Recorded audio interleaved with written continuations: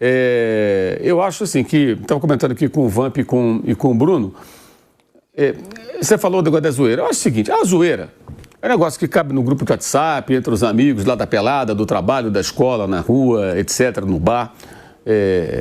Faz parte, claro, né? Na rede social e tal, você tira sarro. Aqui a gente discute futebol profissionalmente, que o futebol faz parte das nossas vidas do ponto de vista profissional, a gente trabalha com isso, né? Então aqui não é lugar de zoeira, tudo, essa conversa infantilizada, essas bobagens. Troféu de igual para igual, o cheirinho. Pô, cheirinho de taça, né? O Flamengo ganhou uma porrada de taça esse ano, o cara ia falar de cheirinho. Tem que ser um sujeito muito infantilizado, muito bobo, para entrar num chat de um programa de televisão, na internet ou no rádio, e fazer esse comentário. Quer dizer, é uma incapacidade de discutir futebol num nível minimamente adulto, né? Eu sei que tem vários deles aí no chat, evidentemente, porque grande parte da população é formada por pessoas infantilizadas e bobas. Mas aqui a gente fala sério. E falando muito sério, o que nós vimos ontem foi uma demonstração de força do Flamengo. O Flamengo saiu mais forte dessa final. Porque perde nos pênaltis, os pênaltis foram lamentáveis, imperdoável esse tipo de cobrança, errar 4 pênaltis, aí não tem desculpa. Não tem desculpa. E esse papo também, o goleiro estudou, mas em alguns casos foi intuição dele, ele foi muito bem. A cobrança do Léo Pereira não tem nada a ver com a cobrança que ele fez contra os Estudiantes, quando o Flamengo foi impecável nas batidas. Ele bateu no ângulo lá em La Plata e ontem bateu no meio do gol. Quer dizer, não foi só estudo, foi também capacidade do goleiro de perceber pelo movimento do corpo e tal, até um pouco de intuição, né? E ficar parado para fazer aquela defesa, por exemplo, né? Os outros, até pode ser que ele tenha tirado conclusões a partir de observações feitas pela equipe do PSG com relação aos batedores do Flamengo. Mas o PSG, acho que jogou melhor que o Flamengo, teve mais próximo da vitória, absolutamente normal. Estamos falando de um time que fez 7 agora gols no Bayer Leverkusen, fez 5 gols no Tottenham e fez 5 na final da Champions, por exemplo. Então, um time letal, um time muito ofensivo, que faz muitos gols, que marca de uma forma intensa, como a gente viu especialmente no primeiro tempo. E esse time contra o Flamengo conseguiu, em 120 minutos, finalizar 4 vezes na direção do gol. Só 4 vezes. A pergunta que eu estou fazendo desde ontem, e faço para você, quantas defesas difíceis fez o goleiro Rossi? Você lembra? Só uma, num chute já na prorrogação, eu acho. Difícil? Difícil, defesa difícil. Foi uma que ele pega na esquerda, lembra? Um chute cruzado, essa foi a única difícil. Não, mas difícil, defesaça. Tipo Cássio contra o Chelsea. Rogério contra o Liverpool. Entendeu? Klemer contra o Barcelona, títulos brasileiros, né, nesse torneio. O goleiro do Flamengo não defendeu, não trabalhou. Ontem, a conclusão é a seguinte, ele fez mais bobagens do que defesas. Falhou nos 2 gols, errou reposição de bola, saiu mal do gol. O Rossi foi um desastre ontem. A defesa difícil foi do pênalti que ele pegou. Aquele que ele defende assim, foi a defesa mais bonita de pênalti, foi dele, não foi do Sofanov, né? Safonov, do russo do Krasnodar, né, que está no PSG. Então, isso mostra que o sistema defensivo do Flamengo foi muito bem. Muito bem. Num nível que times da Europa, times até relevantes, não conseguem ter. Um adversário com poder de fogo do PSG simplesmente finalizou pouco e o goleiro pouco trabalhou. E não fez grandes defesas, porque funcionou muito bem. E não é a zaga, não, gente. É o sistema defensivo. Todo mundo trabalha. Os 11 trabalham, né, para impedir que o adversário possa finalizar. Esse é um trabalho espetacular do Felipe Luiz. Um time que em 40 jogos dos 70 e tantos aí do ano, ou seja, mais da metade, o Flamengo não foi vazado. Não foi vazado. E tomou um gol no primeiro tempo num erro do goleiro. A bola ameaçava sair, mesmo que o Kvaratskhelia alcançasse, ele já ia pegar ali perto da linha de fundo, né? Ia ser difícil de empurrar para o gol. E ele poderia proteger o canto. Então foi muito mal. Se ele não interfere na jogada, e o Léo Pereira sinalizou para ele, aquele gol dificilmente sairia. Dificilmente sairia. Então o goleiro ainda entregou praticamente um gol. Mas o PSG trabalhou muito no ataque, tentou finalizar, dominou uma parte do jogo. Acho que é justa a vitória, não estou contestando vitória nenhuma não. Nos pênaltis, mas acho que é justa. É um time melhor. Obviamente é um time melhor. A média de idade do Paris Saint-Germain ontem, quando o jogo começou, era de 24,2. A do Flamengo, 30,5. Isso pesa também. Se você pegasse o Jorginho com a idade do Vitinha, era outro jogador, né? Muito mais jovem, muito mais saúde, muito mais condição de correr. E os jogadores do Flamengo se entregaram muito. Bruno Henrique, Plata, todos eles. Os homens de frente. E aí entra uma questão que é muito delicada para um time sul-americano, que não consegue ter os jogadores de frente, que participam do jogo sem bola e que são decisivos, porque esses caras são os melhores do mundo. Os melhores ficam na Europa, onde você tem mais dinheiro. Então, apesar do poderio financeiro do Flamengo aqui na América do Sul ser imenso, ele é muito menor do que dessas equipes. O elenco do PSG é avaliado em 6, 7 vezes mais do que o do Flamengo. Então, é um elenco muito mais caro, de jogadores muito mais valorizados. E por quê? Você tem, por exemplo, atacantes que vão marcar, combater, recuperar a bola e são mais decisivos lá na frente. Então você vê o Bruno Henrique hoje, não é mais o Bruno Henrique de antes, com 34 anos, vai fazer aniversário dia 30, vai fazer 35, né? Tem 35 praticamente o Bruno Henrique, né? O Plata é mais jovem, é um jogador que taticamente funciona muito bem, fez uma grande atuação, muita entrega, mas não é decisivo. Não dá passe, não cabeceia, não chuta no gol, tem medo de chutar no gol, quando teve chance perdeu. Então, assim, falta o quê? Jogadores que possam trabalhar sem bola e que sejam letais. Esses são mais difíceis de serem encontrados, porque os melhores ficam na Europa, brasileiros ou não. E isso fica muito evidente nesse tipo de jogo. Ou seja, faltou ao Flamengo mais qualidade para aproveitar as chances criadas. O Arrascaeta já tinha saído, dado o momento, e o Arrascaeta nesse tipo de jogo ele não rende tanto, jogo muito físico, muito intenso. Ele claramente ele cai, não rende tanto. E o Pedro, eu não concordo com a sua crítica ao Pedro, porque o Pedro jogou sem condição. O Pedro fez um esforço para jogar. Ele jamais jogaria se o Flamengo tivesse um outro centroavante em condições de entrar em campo. E o centroavante que o senhor Boto contratou na temporada foi o Juninho, que não foi aprovado, que já está indo para o Pumas do México. Então, como você tem um centroavante que não tem a confiança do treinador, né, e não contratou outro centroavante na janela do meio do ano, que é a janela mais farta, né, e o Flamengo não contratou, você fica dependendo do Pedro. O Pedro participa da jogada do pênalti, inclusive. Começa passando por ele. E ele foi para o jogo sem condição. E o Flamengo, muitas vezes, quando pressionado, porque o time como o PSG te empurra para o teu campo, cara. Encurrala você, não tem jeito. Você vai. O Flamengo não queria jogar assim, mas tem que jogar, porque o time vai chegar e vai ficar com a bola e vai tomar conta do jogo e vai botar você para o seu campo. Em outros momentos, o Flamengo conseguiu jogar. Então, quando o Flamengo estava mais acuado e tentava a bola longa, o Pedro, que já não é um jogador de velocidade, ele não tinha condições de dar um pique para correr atrás dela. Estava arriscado ele piorar lá a questão, a lesão dele, que ele não está totalmente recuperado. Então, o Pedro, acho que ele fez um esforço para jogar. E acho que isso é elogiável. Poderia fazer o corpo mole. Nem corpo mole. Não seria nem corpo mole. Olha, não tenho condição, estou com dor ainda, não sei o quê, não joga. Não, ele fez força para jogar. Tentou ajudar o time. Eu acho que isso é louvável. Um jogador que voltou de uma lesão de ligamento cruzado com 7 meses. Quando normalmente é de 9 a 12 meses o período de retorno de atletas com esse tipo de contusão, que é muito grave. Então, acho que é elogiável o empenho dele para estar em campo, né, nesses 2 jogos que ele participou lá no Catar. Então, acho que o Flamengo saiu maior dessa final, derrotado, claro que a torcida fica frustrada, mas foi uma demonstração de força, com uma repercussão internacional muito boa, aqui na América do Sul, na Europa. Muita gente elogiando a maneira como o time se comportou e como o time tem um padrão de jogo definido, né? Não foram elogios politicamente corretos, foram elogios em cima de uma atuação muito boa. Tirando o primeiro tempo, que eu acho que foi abaixo, dali para frente, segundo tempo, prorrogação, o Flamengo competiu e poderia ter vencido. O jogo não foi um jogo que só um time teve chance de ganhar o jogo, não. Os 2 times tiveram chance. O Flamengo teve chance de fazer um segundo gol. Com um pouco de competência e sorte, teria feito 2-1 e talvez saísse vencedor até com a bola rolando e não teria que disputar os pênaltis. Então, acho que foi uma atuação elogiável. O torcedor do Flamengo não deve dar importância para a gozação e tal, que faz parte, é natural que assim seja, num ambiente propício a isso, que não é um programa de debate. Aqui a coisa é séria, não é coisa de criança, de gente infantilizada, né? Mas a brincadeira, a zoeira é do jogo. Ele tem que absorver isso, mas tem que estar muito orgulhoso, muito ciente de que o recado dado ontem pelo Flamengo foi: se os dirigentes não cometerem erros, primeira coisa é renovar o contrato do técnico.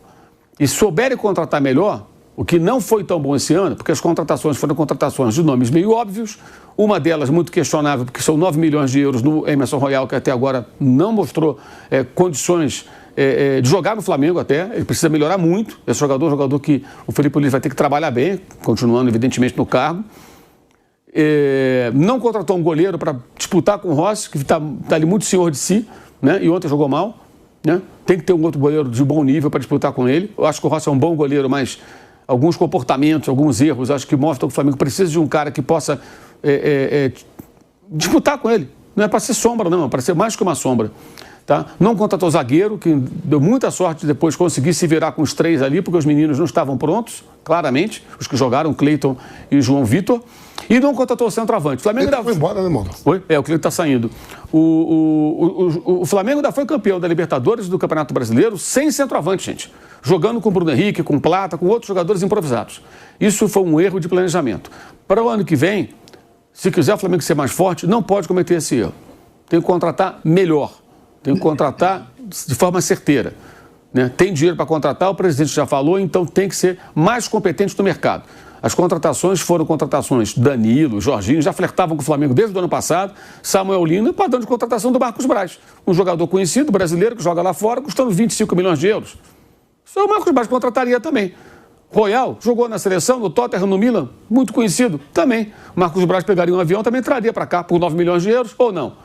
Ou seja, não teve diferencial nenhum nesse sentido. Talvez internamente o trabalho do José Boto possa até ter acertos, né, que a gente não consegue acompanhar, que são questões internas de ajuste, troca de profissionais. Isso eu não me atrevo a falar porque eu não conheço com profundidade. Mas o mercado, a montagem da equipe e tudo mais, não teve nada de excepcional. A base do ano passado com alguns nomes que são nomes óbvios que qualquer outro poderia contratar. E scout não veio ninguém. Então, se o Flamengo tivesse ontem um centroavante em condição, ou seja, além do Pedro, tivesse um outro camisa 9, porque tem que ter dois, não pode ter um só. Com esse orçamento todo, gente, como é que o Flamengo tem um centroavante? O Palmeiras tem dois. O Vitor Roque foi contratado para ser titular e o Flaco ser reserva. Só que o Flaco se impôs e eles formaram uma dupla de ataque. Mas se um faltar, o Palmeiras tem outro. E pode colocar outro jogador. O Flamengo tem um centroavante. Não dá para jogar uma temporada contando com só um jogador, que é o Pedro. Tivesse ontem um centroavante saudável em campo, Pedro estava machucado, jogando no sacrifício, talvez a história fosse outra. Talvez fosse outra. Então, acho que o grande acerto foi o Carrascal, que foi caro, eu questionei o valor, mas de fato não jogou bem ontem. Mas ele se impôs na temporada, foi útil, foi importante e ganhou a posição no campo. Ele foi para ser um reserva do Arrascaeta, versátil, podendo jogar outras posições, ele se impôs para ganhar a posição no time titular e ajudou bastante o Flamengo na temporada. Esse foi um acerto. Mas acho que o Flamengo tem que ser mais certeiro no mercado na próxima temporada, porque tem que pensar em dar passos adiante. O sinal dado para todos os rivais da América do Sul, especialmente do Brasil, foi: olha a força desse time. Se o Flamengo tiver progressos para o ano que vem, se a diretoria não cometer erros, e o Felipe Luiz continuando, que é peça fundamental, o Flamengo vai ficar ainda mais forte e mais difícil de ser derrotado. É um recado muito claro que foi dado, porque são 3 testes, Thiago, contra europeus. Europeus do primeiro escalão. O campeão da Copa do Mundo, o Chelsea, que o Flamengo derrotou na melhor atuação do ano, o segundo tempo foi muito bom, o Flamengo faz 3 gols e perde outras chances, domina o adversário, que baixou a porrada, bateu muito, o jogo foi à vera. Tem uns bobos infantilizados que, não jogou à vera, tá bom, vai lá assistir o jogo, mané, tá bom. Não é nem para dar atenção para essa gente idiota. O jogo do Bayern, que aí teve muitos erros, muita intranquilidade, mas foi um jogo para aprender muitas lições. Ainda assim, o time conseguiu reagir. A jogada do gol do Gerson muito bem trabalhada. O Flamengo vai buscar um segundo gol. Ou seja, tentou competir. O Bayern é muito forte. Aí foi muito claro que não dava. E houve erros que não poderiam ser cometidos, mas foi um jogo para muitas lições. E esse jogo de ontem, que foi um jogo realmente para ficar gravado. Nesses 3 confrontos, o Flamengo venceu um, empatou outro e perdeu outro.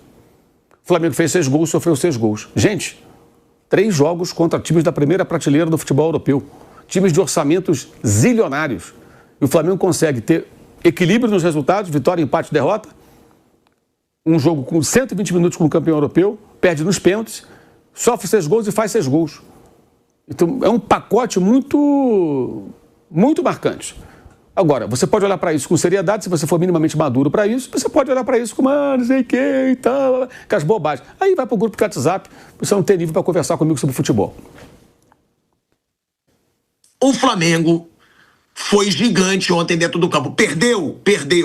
Eu entendo o Mauro, né, que ele diz que é a zoeira. Eu sou a favor da zoeira, até porque eu sou mais infantil, né, que o Mauro. Eu sou meio crianção aqui do programa mesmo. Eu acho que tem que zoar. Mas também tem que aturar, né, Marcos André?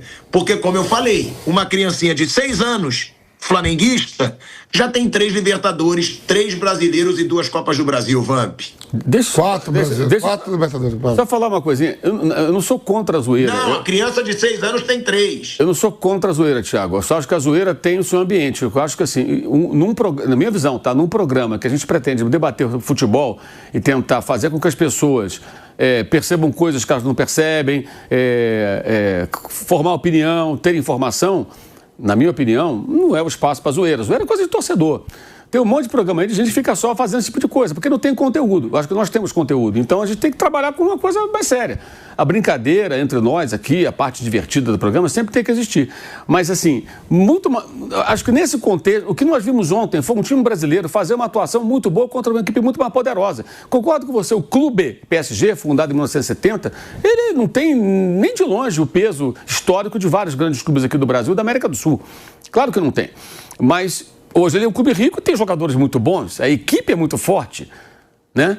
Que bate de frente com os principais clubes do mundo. E o Flamengo fez um jogo ontem muito bom, competindo com esse time. Isso é significativo. Essa é a forma madura de você olhar para esse tipo de coisa. Eu vi um vídeo ontem do Rafael Sobis, que trabalha no Sport TV hoje, né? E ele fala de uma forma muito curiosa, é meio que um sincerão ali dele. E ele fala o seguinte, que do sentimento de alívio e de inveja de quem não é Flamengo por ver o nível que o Flamengo chegou. E essa zoeira tem muito disso. Ufa, eles não ganharam.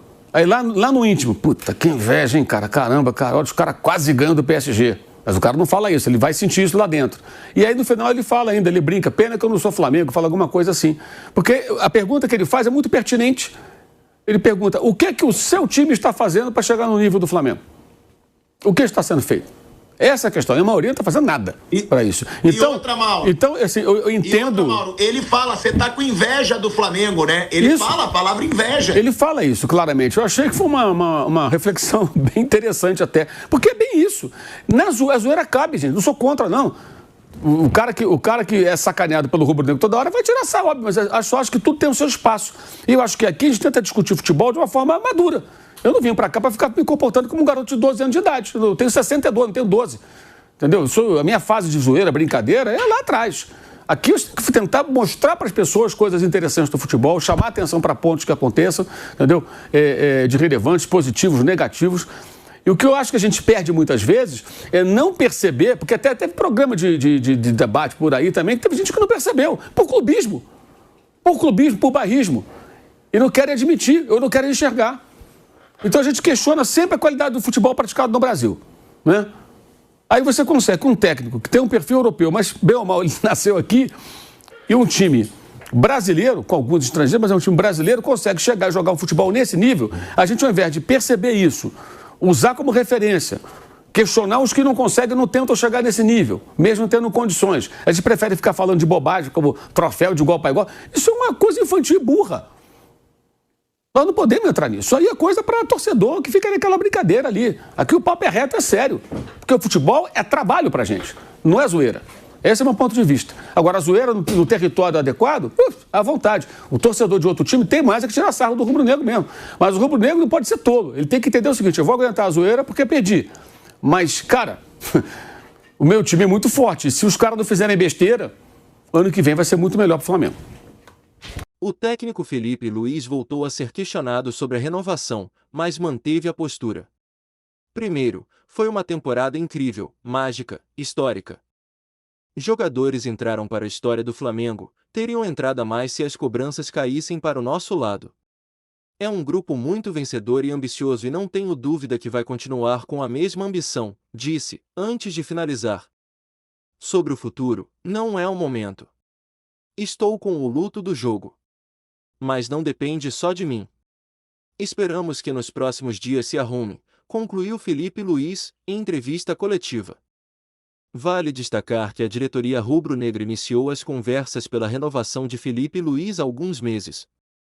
Porém, em meio à disputa da Libertadores, do Mundial de Clubes e do Brasileirão, o treinador preferiu focar no desempenho do Flamengo em campo. Assumindo o comando do Flamengo em outubro de 2024, Felipe Luiz soma 5 títulos conquistados no clube. No último ano, o treinador foi campeão da Copa do Brasil derrotando o Atlético Mineiro. Além disso, nesta temporada, o Mengão venceu a Supercopa do Brasil, o Carioca, a Libertadores e o Brasileirão.